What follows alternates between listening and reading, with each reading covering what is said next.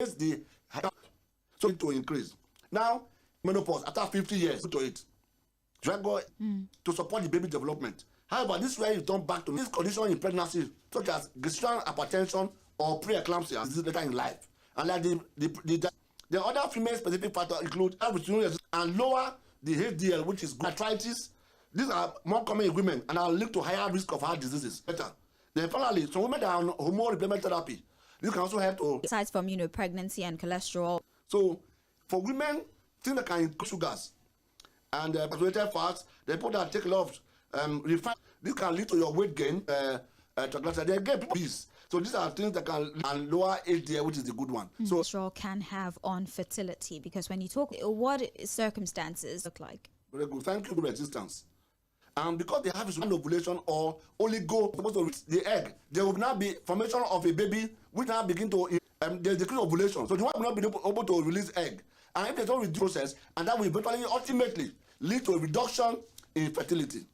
Thank you. All right, then. We're still listening to Mother and Child on Mainland 98.3 FM, the sound of Lagos. We're talking about high cholesterol in women. And we do have our guest here, Dr. David Ede Edokpolo, who is a consultant obstetrician and a gynecologist, talking to us about cholesterol, the classification of cholesterol, the factors that increase cholesterol, especially in women, and how it manifests mostly during menopause, seen as estrogen. How can you tell that there is a presence of high cholesterol? Thank you very much. I must quick commenting terms of we have may not present with symptoms to handle. Because most men don't know high cholesterol has no symptoms. So you can feel with very high cholesterol with no symptom. The only way test called a lip symptoms. You can only know is when you come for a test. You discover that you are weighing more than you are weighing. Those lipid profile that you can, if possible. Then of course, women are over 40, and those with family history of cholesterol in your family, you do a lot of cholesterol. Very important to note the higher way you can know is to approach your. But if you have diabetes, what I call risk factor diabetes, you do. When people gain weight, they don't think about. We'll talk about the treatment and management, and as you said, the different steps that it takes for diagnosis. But let's talk in the human anatomy would be affected by the high cholesterol in the bloodstream. Very good again. Thank you for your beautiful question again. I always love these questions because they are very apt. Now, I have said earlier, 1 billion people, 1.4, live with hypertension in 2024, and yet. Just over that means that hypertension is a leading cause of heart attack, stroke, chronic kidney. Recent release on 23rd of September 2023 that because it can lead to serious complications like hypertension, heart attack, stroke, and other things. Thank you very much. Let's double back effect on the fetus, or it's just the woman that is affected by this high cholesterol. Oh, thank you very much. Now, what is to do hypertension? Any woman that has high blood pressure more than 140, and if a woman that has pregnancy-induced hypertension has proteinuria, that was protein in the what is the effect? Now, apart from affecting the woman can die because preeclampsia, pregnancy-induced hypertension, and eclampsia are major causes 4 weeks to 42 weeks. So when you become a non-better care, the woman herself is not properly managed. It can lead to just for the husband and the wife to optimize. In fact, it is very quickly.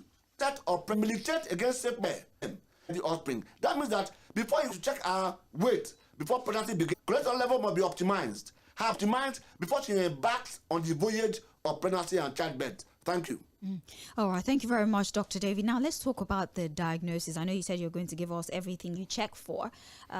Nothing. We take a very good find a hypercholesterolemia. Or do you have any history of high cholesterol? After that, then you take on other history, menstrual history and the rest. Then we now do a thorough physical examination. You will notice women eat a lot of refined carbohydrates. And when they have polycystic ovarian syndrome, also do a lipid panel or a lipid.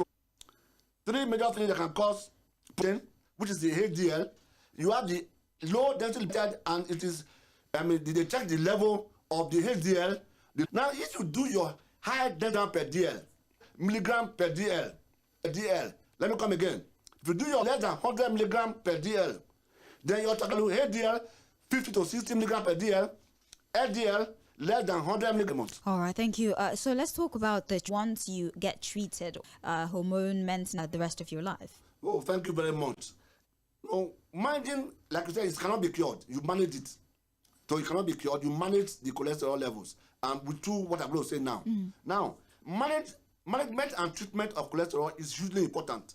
And it has a two-pronged approach. We approach the management of high cholesterol through a two-pronged approach.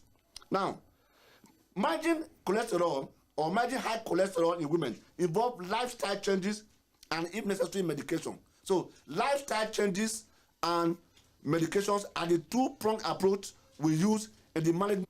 Now, one is diet. We call it the food as medicine approach. The food as medicine approach. What does that mean? Number one means that you will reduce your saturated and processed baked foods, so acids. Then you increase soluble fiber.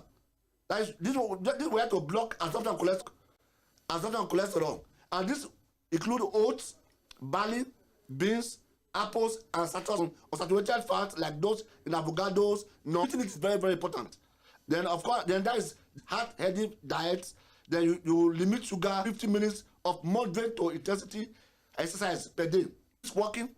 This will help to ensure lower cholesterol and lower the LDL, which is the bad one, good one. Then, of course, smoking.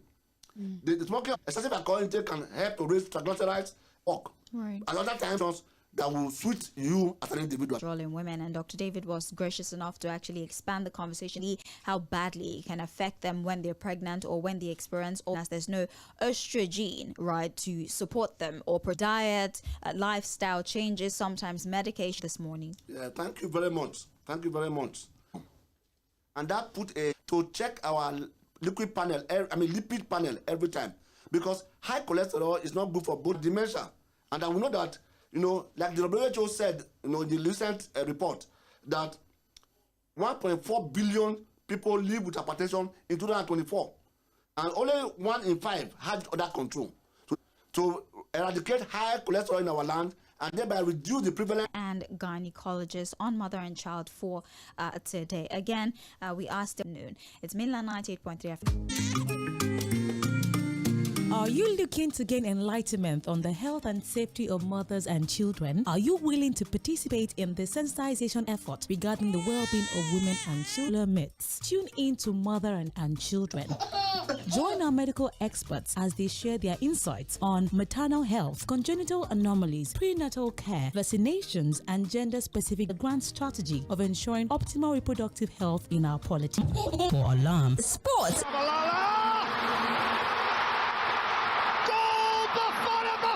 And everything fun is right here on Mainland 98.3 FM. Don't touch that dial.